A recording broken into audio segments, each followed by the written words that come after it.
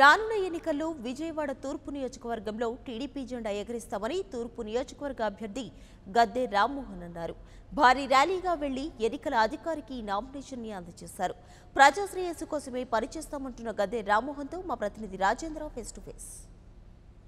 సార్వత్రిక ఎన్నికల సంకారం మోగిందని చెప్పొచ్చు. అయితే ఈ నేపథ్యంలోనే విజయవాడ తూర్పు నియోజకవర్గంలో కూడా అభ్యర్థులు తమ అదృష్టాన్ని పరీక్షించుకునే నేపథ్యంలో ప్రచారాన్ని ముమ్మరం చేస్తున్నారు. అయితే దీనికి సంబంధించి ప్రస్తుతం తెలుగుదేశం పార్టీ నుంచి పోటీ చేస్తున్న గద్దె రామ్మోహన్ గారు ఈరోజు నామినేషన్ వేయడానికి కూడా తన ప్రచారాన్ని తమ కార్యకర్తలతో నామినేషన్ వేయడానికి బయలుదేరితే తమ అడిగి తెలుసుకున్నారు. సార్ చెప్పండి, ప్రధానంగా మీరు ఎన్నికలకు ఏ విధంగా ముందుకు వెళ్ళిపోతున్నారు? అయితే గతంలో కూడా ఇదే నియోజకవర్గం నుంచి ఎమ్మెల్యేగా చేశారు.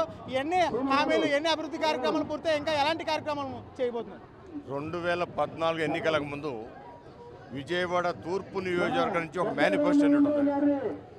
ఆ మేనిఫెస్టోలో ఉన్న ప్రతి ఒక్క అంశాన్ని కూడా నారా చంద్రబాబు నాయుడు గారి ఆశీస్సులతో ప్రతి ఒక్క అంశానికి కూడా న్యాయం చేయడం జరిగింది.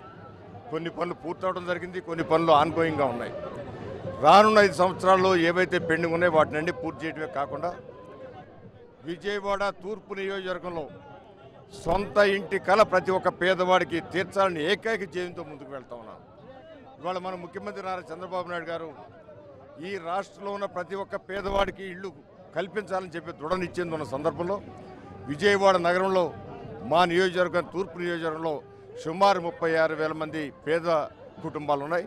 వాళ్ళందరికీ కూడా సొంత కళ నెరవేరుస్తున్న సహకారంతో ఈ యొక్క ఎన్నికల విధానంలో నేను ప్రామిస్ చేస్తూ గతంలో 180% మేము ఇచ్చిన హామీలు పూర్తవడం జరిగింది.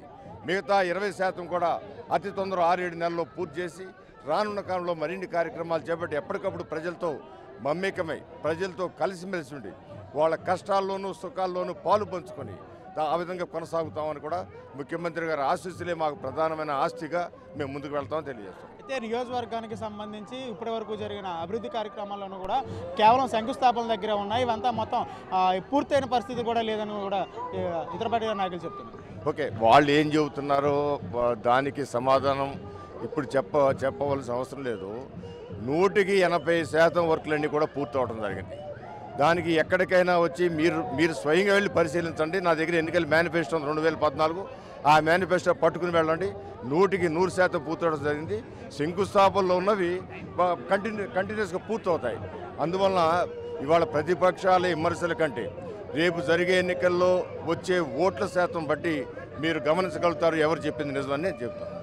అయితే దీనికి సంబంధించి కూడా ఇప్పటికే పలు కార్యక్రమాల ద్వారా అభివృద్ధి కార్యక్రమాల ద్వారా ముందుకు వెళ్తున్నాం. అదేవిధంగా రానున్న ఎన్నికల్లో కూడా ఖచ్చితంగా తూర్పు నియోజకవర్గంలో తెలుగుదేశం జెండా ఎగరేసి చూరుతామని కూడా గద్దె రామ్మోహన్ చెప్తున్నారు. కెమెరా పర్సన్ విజయ్తో రాజేంద్ర, 99 టీవీ విజయవాడ నుంచి. For more updates, please subscribe 99 TV Telugu.